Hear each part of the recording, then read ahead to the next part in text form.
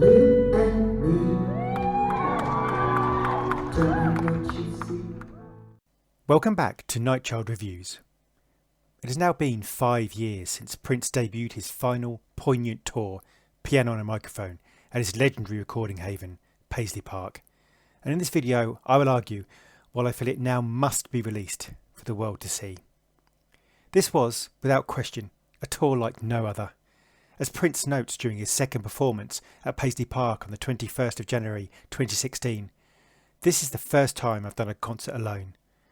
And it's this aching openness, vulnerability, emotional honesty that alongside this prodigious talent truly permeates this tour. This was a Prince no one had witnessed before, stripped of everything except his audience, his first love of piano, and his seemingly endlessly beautiful and extensive back catalogue of songs built up over his 4-decade career. Prince talked openly and reflectively about his life, his introduction to the piano by his father, and how music became his conduit for exploring this world. He would later mourn Denise Matthews, also known as Vanity, noting that she loved me for the artist I was. I loved her for the artist she was trying to be. There were a number of moments when Prince simply seemed swept away in remembering his journey, a wistful reminiscence of some special moment, and he would almost humbly apologise to the crowd by noting that I forgot that music sometimes makes you emotional. I may have picked the wrong lineup of songs here. More than perhaps anything, this was Prince at one with his friends, playing, talking, relaxed and contemplative. Last night, I turned off the world, lit a few candles, let some stars roam free in my room, laid back and simply communed with the extraordinary emotional power of Prince's musical voyage. I have to be completely honest, I was close to tears. As his softly spoken, deeply resonant voice poured over his life, I was sure, more than ever, that the world needs to hear this tour, and they need to hear it now. There will never again be a more obvious, more fitting, more poignant moment than this 5-year anniversary. For a long while, the tour was almost too much for me to hear. Prince, due to ticket tout greed and other world events, had cancelled the UK tour, and sadly, he never reached my shores. And there was a sense of melancholy clouding my appreciation for this reason. It is now that I come to realise the joy of his recollections. He was telling us arguably more than his autobiography ever did, his way, through the power of his melodies.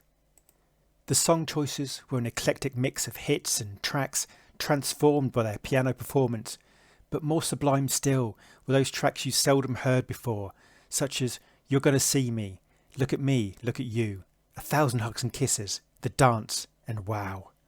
It is almost impossible to believe that Prince moved from the guitar-blazing, rock-infused hit-and-run shows of 2014 to this tour, which so deeply emphasised the longevity, elegance and beauty of his melodic work.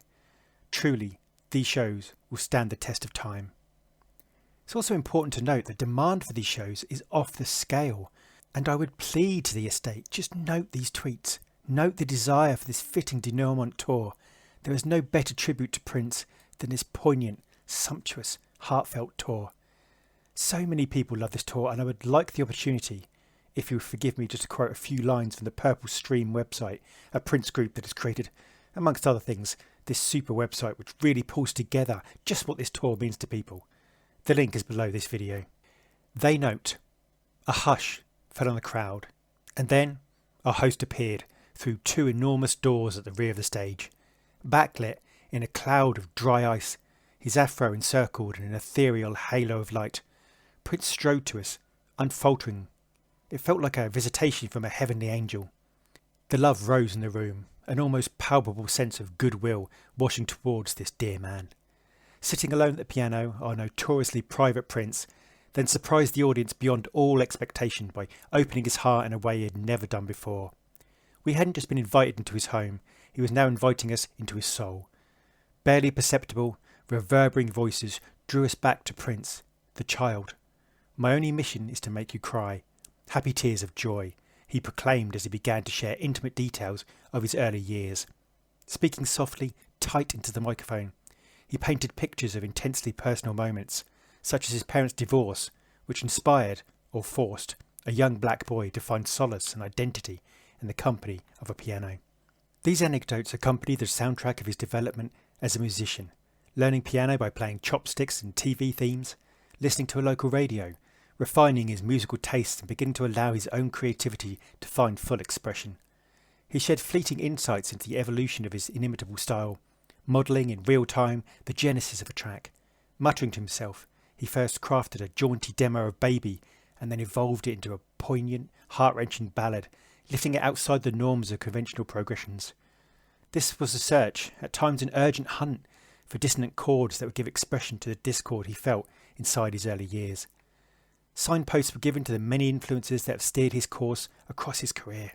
Legendary beacons Joni and Miles, contemporary band members such as Lisa Coleman, and even respectful nods to less known but equally critical players like his sound engineer Scotty Baldwin, all of whom have made his magical journey happen over the last 57 years.